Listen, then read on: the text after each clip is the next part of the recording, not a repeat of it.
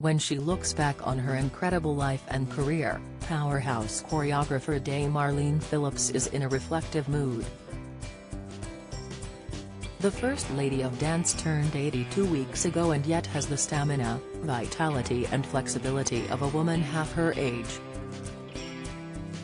"I'm like a Duracell bunny," she says. "It feels quite bonkers to me that I'm 80.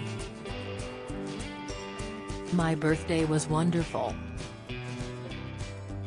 Family came from all around the country to my house and we had amazing food and I felt surrounded by love. I've had an incredible life. I'm a bon vivant and I'm doing a series of dinner parties over the next year, small gatherings so I can actually talk to everyone I want to say thank you to, friends, assistants, directors, producers, people who have helped to make my life what it is.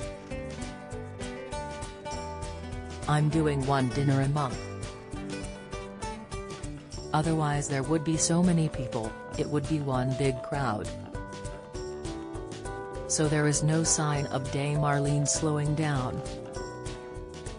Arlene Phillips says working with Tina Turner was one of the best experiences ever. She has choreographed or directed for current big shows, Grease the Musical at the Dominion in London, The Cher Show which has been touring, What's New Pussycat, and an acclaimed revival of Guys and Dolls at the Bridge Theatre.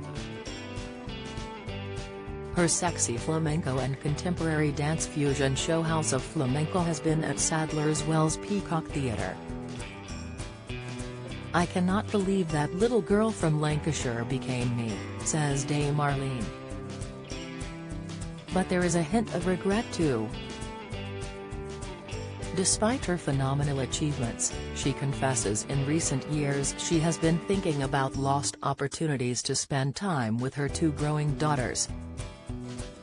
She frequently worked long hours away from home choreographing shows, pop videos and films all over the world. "I've started to look back and really think about my family and did I do the right thing for them?" she says. "Did I feel assured, because they were always being well cared for, that I had fulfilled the needs of my daughters emotionally and being there? Because I wasn't always there. My eldest daughter was a bridesmaid at the wedding of our nanny and I didn't go. Was that harmful?" Her eldest daughter, Alana, 43, mother to her two adored little granddaughters, Lila, 4, and Emma Beau, 2, is a stay-at-home mum and lives nearby. Dame Arlene spends every spare moment with them. She continues, "I see Alana bringing up her two little children with so much love and care and I think, well yes, I got something right. But you never know. Is there a missing piece of not having a mom there every day? My daughters had an incredible life and they traveled and went to places, and had opportunities, but I always think, is the most important in life to be there? To give your kids a hug when they need it? To be the mum that's there, not the mum that's not there? I have regrets. A little bit. But they have never said anything to me and we are very close." Dame Arlene lives in North London with partner Angus Ion and the couple have a daughter Abigail, 32 who was born when she was 47. Previously, she was married, divorced and later had Alana from a brief relationship. And she relishes her role as grandmother. "I love spending time with my daughters and my two young granddaughters," she says with a smile.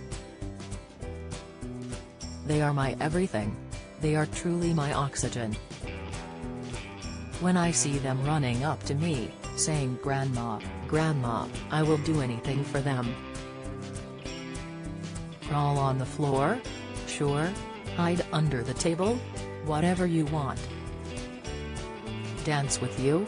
I'll dance non-stop. My family all spoiled me with beautiful, touching gifts on my birthday, but they also arranged for our former nanny Simone to fly over from New Zealand to surprise me. She was with us for 14 years as the girls' nanny and then as my PA and was one of the family, and my girls adore her.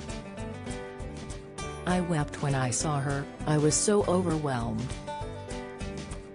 I still feel close to tears thinking about it. She met Angus, who is 11 years her junior, in 1985 on the shoot of a Freddie Mercury video for I Was Born to Love You, where he was a set builder. The octogenarian says, "He's more serious than me, and quieter. When he met me he liked the fact I don't mince my words. From the moment I met him, we've never stopped talking. We are still talking now nearly 40 years later. Our happiest times are at home together in London or at our place in Herefordshire reading or walking. We both love the theatre, plays for him, and musicals for me." The celebrated choreographer has come a long way from her poverty-stricken Manchester roots. She has worked as a dance teacher, started the troupe Hot Gossip and was a judge on Strictly Come Dancing from 2004 to 2009. She recalls, "My parents cultivated my love of dance. I started dance classes when I was 3. When I first saw a Russian ballet at the Free Trade Hall in Manchester, I knew that dance was all I wanted to do, which turned to choreography, which is now my life." She went to ballet lessons and, when she got a job as a dance teacher in London in the 1970s, she never looked back, eventually choreographing hit-pop videos with superstars like Elton John, Whitney Houston, and Aretha Franklin. She recalls working with Tina Turner, who died last week at 83, on her iconic Private Dancer video. "Working with her was a day and a night I'll never forget, just because of her remarkable presence," says Dame Arlene. The Rivoli Ballroom where we filmed the video, was condemned the day before we made Private Dancer because it had asbestos in the roof, and all we had were little wooden boxes to sit on. She sat talking about her life to all the dancers and was so interested in them, where they came from, where they had trained. Dame Arlene is also behind Hollywood films such as Annie, and huge productions in the West End and on Broadway, including Starlight Express, Grease, Saturday Night Fever, and We Will Rock You. But as she gets older, she thinks about her childhood more. "My mum passed away from leukemia at the age of 43 when I was 15, and my dad, Abraham, brought up me, my brother Ian and sister Karen alone," she says. "Money was difficult to come by when I was growing up, as my dad, who was a barber, was often ill. He had blood clots in his arms and sometimes he couldn't work. That makes you put your feet on the ground and know that you have to get on with life, make the most of it, and work hard. I appreciate everything I have. I feel very lucky."